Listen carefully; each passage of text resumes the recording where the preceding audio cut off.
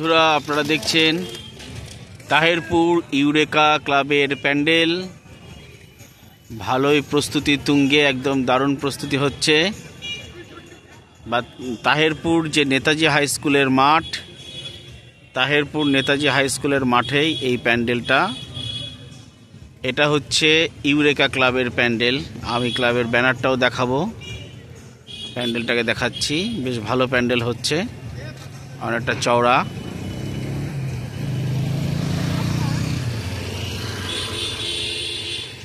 High school building দেখতে পাচ্ছেন, আর এটা হচ্ছে সম্মেলনী ক্লাব। এটা জগন্নাথ মন্দির হচ্ছে।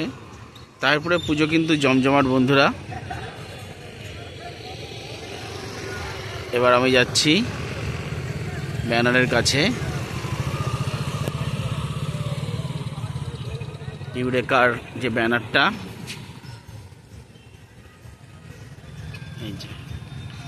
এই গেট দিয়ে মানুষ আসবে, দর্শনার্থীরা।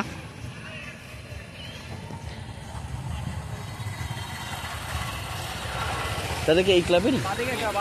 আপনার নাম? কার্তিক দাস। কার্তিক দাসকে দেখতে পাচ্ছি, উনি হচ্ছে ইউরেকা ক্লাবেরই আপনি সদস্য, তাই তো? ইউরেকা ক্লাবের সেক্রেটারি আপনি? আচ্ছা, কার্তিক দাস সম্মানীয়। তাহলে এই পুজো সম্পর্কে দু চার কথা আপনি বলুন একটু। আমাদের পুজো এবার 24তম বর্ষ চলছে। আমরা সাধারণত নিম্ন মধ্যবিত্ত আর কি, খুব হাইফাই কিছু আমাদের ক্লাবে নেই। এর মধ্যে দিয়ে আমরা যতটা সম্ভব লোকের কাছে তুলে ধরার চেষ্টা করি। বাহ, ধন্যবাদ এত সুন্দর পুজো করার জন্য মাননীয় সম্মানীয় কার্তিক দাস মহাশয়কে, ইউরেকা ক্লাবের ক্লাব সেক্রেটারি, তাই তো? Club secretary. আচ্ছা, ক্লাব সেক্রেটারি আছেন মাঠে।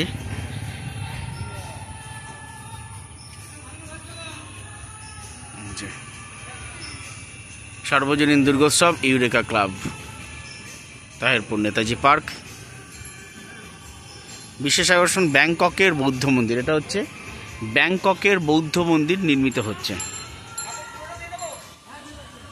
আপনারা ব্যাংককের বৌদ্ধ মন্দির দেখছেন, এদিকে ইউরেকাতে সম্মিলিত দেখছেন জগন্নাথ মন্দির বন্ধুরা।